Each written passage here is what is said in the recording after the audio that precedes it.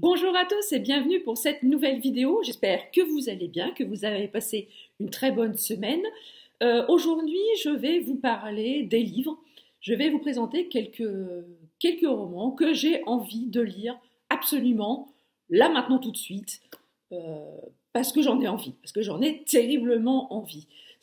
Alors, c'est pas un concept de pile à lire, c'est plutôt le concept de pile à mood. C'est un concept qu'a inventé Nina Quill. Je vous mettrai le lien de sa chaîne en barre d'infos. C'est voilà, la sélection de livres qu'on a envie de lire absolument là maintenant tout de suite. Donc, je vais vous représenter très certainement une pile ambitieuse, mais en même temps, voilà, c'est les livres que j'ai envie de lire en ce moment. Alors, combien de temps je vais mettre à les lire? J'en sais rien, hein, étant donné que malheureusement je ne passe pas mes journées à lire, bien que bon, j'aimerais bien être payée pour faire ça de temps en temps, hein, ce serait quand même pas mal. Donc voilà, je vais vous présenter cette pile à lire. Alors, il y a aussi dans cette pile, je vais aussi intercaler le plus possible les romans qui sont sélectionnés pour le PLIB 2021.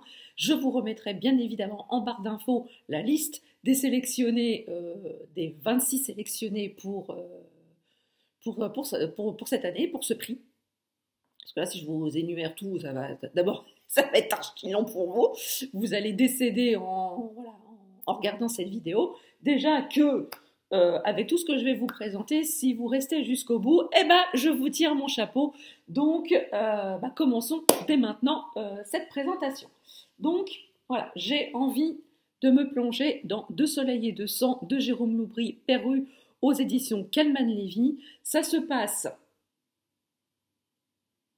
en Haïti. Là, Jérôme Loubry a décidé de placer son intrigue en Haïti et voilà, il s'est passé, il y a des corps mutilés qui ont été retrouvés, il y a une enquête, il y a le vaudou, hein, il y a du vaudou quand même un petit peu là-dedans. J'aime bien un petit peu quand ça flirte, quand les romans sont teintés un petit peu de vaudou, un peu.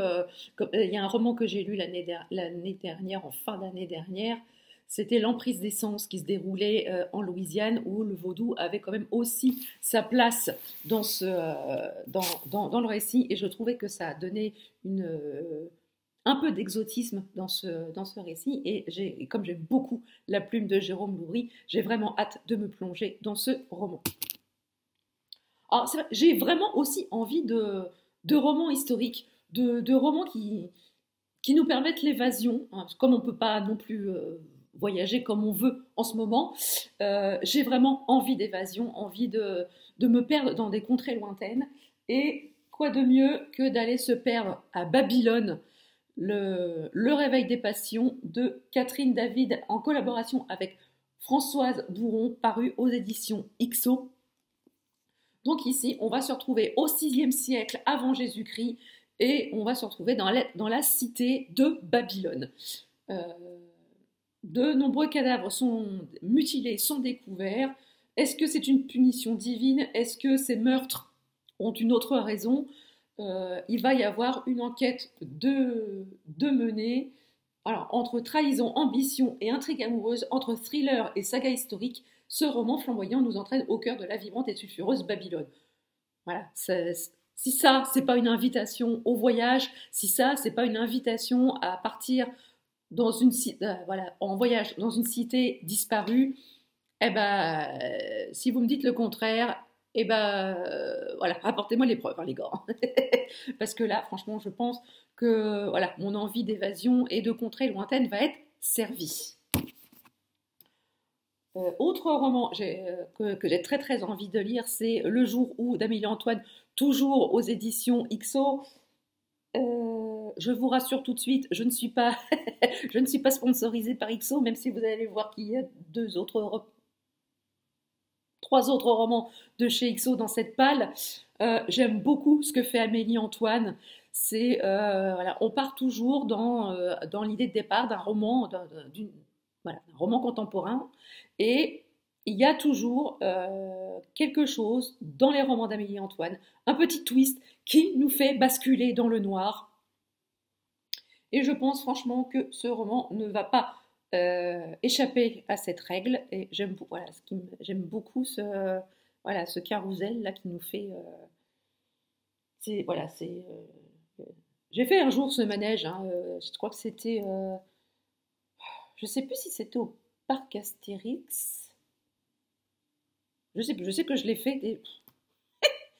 J'ai failli perdre mon cœur et mes entrailles. Parce que ça tourne hein, quand même. Hein. Mais voilà, j'ai très très envie de me plonger dans le roman d'Amélie Antoine. Bon, c'est une pavasse, hein, mais bon, voilà, ça se mérite. Autre pavasse, j'ai envie de me plonger dans The Bone Season, saison d'os de Samantha Shannon, paru aux éditions de Saxus. Alors, je l'ai reçu en service presse en fin d'année dernière. Je ne l'ai toujours pas lu. Oups, pas bien. Je sais, mais comme je sais que le tome 2 va sortir au printemps, alors oui, je sais, on est le 18 janvier, mais voilà, moi je dis à partir du 18 janvier, je trouve que le printemps est à nos portes, donc il ne faut pas tarder à lire le tome 1 si on veut lire le tome 2 dans la foulée, et du coup je serai encore assez bien dans l'univers. Alors oui, est-ce que je vous refais l'affront de vous redire le résumé? Je pense que vous l'avez vu tourner un peu partout. Ce roman en fin d'année dernière, si j'y pense, je vous mettrai le résumé en barre d'infos, mais bon voilà, mais j'en ai déjà parlé, dans une vidéo, je crois, dans une vidéo Bookhaul. Donc si j'y pense, je le mettrai dans le petit i pour vous donner le lien vers cette vidéo où je parle du résumé de ce roman. Ah, autre envie de voyage, voilà, La Louve Cathare de Mireille Camel, paru aux éditions XO. Ah, les éditions XO, si vous passez par là. Voilà, là, du coup, on va partir dans la France, voilà, Paris, novembre 1226, autrement dit hier, quelques jours avant le couronnement de Saint-Louis, et on va replonger dans la légende cathare. J'aime beaucoup, je suis toujours fascinée par ces légendes du sud-ouest, ouais, c'est ça, l'Occitanie. Voilà, cette période de l'histoire où les Cathares ont eu une mainmise sur une région de France. Voilà, je trouve cette période de l'histoire fascinante. Et quand j'ai vu que Mireille Calmel sortait un roman sur ce thème-là, eh ben, je me suis jetée dessus. Voilà, tout simplement. En plus de ça, j'adore ce qu'elle fait. Donc, c'est toujours des récits menés. Voilà, vous ouvrez le roman, vous vous plongez dedans, vous refermez le roman 2 heures plus tard, vous ne savez pas ce qui s'est passé, il y a une faille spatio-temporelle qui s'est ouverte et voilà, vous savez, voilà, votre journée est passée à une vitesse hallucinante et vous ne comprenez pas pourquoi. Voilà. Voilà, autre saut dans l'histoire avec l'Égypte, l'ultime espoir de Christian Jacques aux éditions XO. On ne les présente plus dans cette vidéo.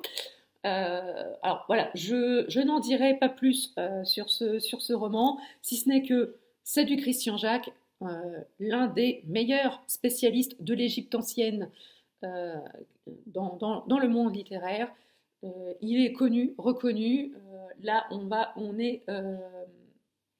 va suivre l'histoire du grand prêtre Pétosiris et son épouse Anéheureuse. Et on va suivre le périple, l'histoire de la vie de ce prêtre et ce qu'il a apporté à l'Égypte ancienne dans cette version romancée de sa vie, avec tout le talent et le brio de Christian Jacques, qui va encore nous immerger dans l'Égypte ancienne avec un réalisme absolument fantastique. Moi, quand je me plonge dans ces romans-là, j'y suis, je ferme les yeux et je suis au temps des pharaons, je suis au temps des pyramides.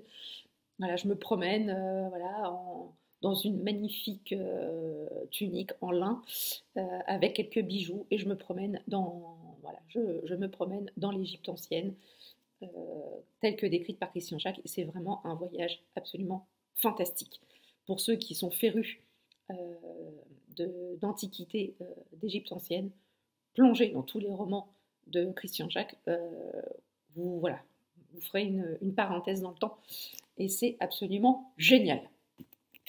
Voilà, je vous vends déjà le roman avant de l'avoir lu, c'est formidable. Toujours aux éditions XO, ah c'est formidable, j'ai plein de trucs qui dégringolent de mes bouquins, c'est une catastrophe. Toujours aux éditions XO, j'ai envie de lire Un homme averti ne vaut rien. Un homme averti ne vaut rien de Romain Sardou, publié aux éditions XO. J'aime beaucoup ce que fait Romain Sardou. Ça faisait longtemps qu'il ne nous avait pas sorti un nouveau roman. Et donc, voilà, je vous renverrai aussi à la vidéo où vous présentez à la vidéo Book Haul où je vous présentais ce roman. Je pense voilà, qu'on a encore un thriller palpitant et une saga familiale poignante. Donc, ça promet encore de très très bonnes heures de lecture. Voilà pour XO, là c'est terminé. Hein, j'arrête de vous saouler avec XO Édition. Nous passons à une autre maison d'édition, à savoir Le Cherche Midi, avec les 2 romans de Sonia Dagotor, Sortez-moi de là, et Ceux qui s'aiment finissent toujours par se retrouver, sont 2 romans feel good. Voilà, vu les temps compliqués que l'on vit en ce moment, voilà, des petits romans feel good comme ça va nous réconcilier un petit peu avec le genre humain, et j'avoue qu'en ce moment, on a grandement besoin de se réconcilier avec le genre humain. Hein, parce que, vu ce qu'on voit quand on sort, le peu qu'on sort dans les rues, et ce qu'on entend sur les réseaux sociaux, franchement, moi je me dis que l'être humain, voilà, cette période trouble fait ressortir tout ce qu'il y a de plus mauvais dans le genre humain, et peut-être qu'avec ces romans-là, ça nous fera réconcilier avec nos congénères. En un mot, un congénère. Toujours aux éditions Cherche Midi, j'ai reçu en fin d'année dernière en service presse ce roman Le dit du vivant de Denis Drummond. Là, on va se transporter au Japon lors d'un séisme, et ce séisme va mettre au jour la sépulture, enfin une grande sépulture. Donc une jeune archéologue et son fils son petit garçon qui est autiste, vont se rendre sur le site de cette sépulture afin de faire quelques recherches sur ce site, et ils vont faire une découverte qui les dépasse. Donc rien que ça, je suis au taquet, parce que j'ai vraiment envie de savoir quelle est cette fameuse découverte, et je pense que on va encore voyager avec ce roman, et je trouve que cette couverture est très jolie, très poétique.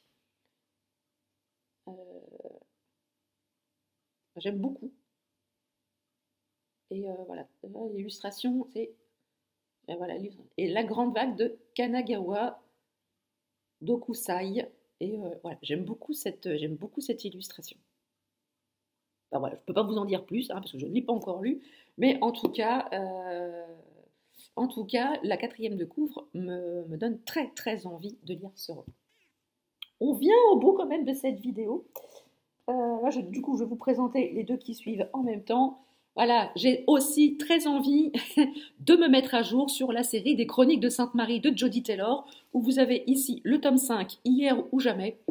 Ici, en cas de problème, le tome 6. Alors pourquoi je vous reparle de cette série? Tout simplement parce que le tome 7 sort le 4 février et que j'ai envie d'être à jour dans cette série que j'aime d'amour, cette série dont je vous rabats les oreilles depuis 1 an sur cette chaîne, pour ceux qui me suivent depuis le début, parce que je ne saurais trop vous conseiller de vous plonger dans cette série, parce que c'est trop bien, tout simplement.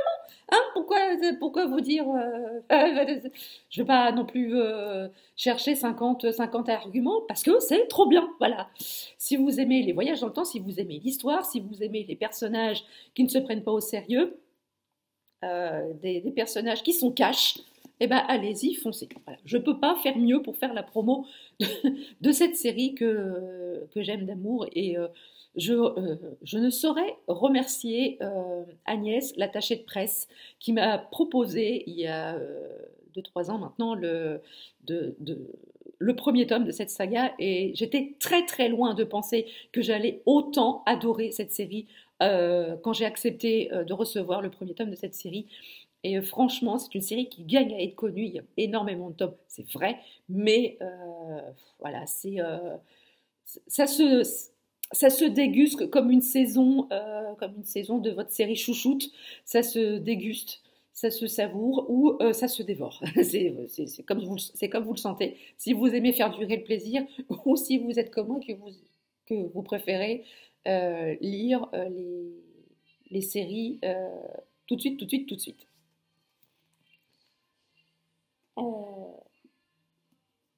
Enfin, le dernier roman que je vais vous présenter, il s'agit de C'est arrivé la nuit de Marc Lévy. La petite musique que vous entendez, c'est mon téléphone.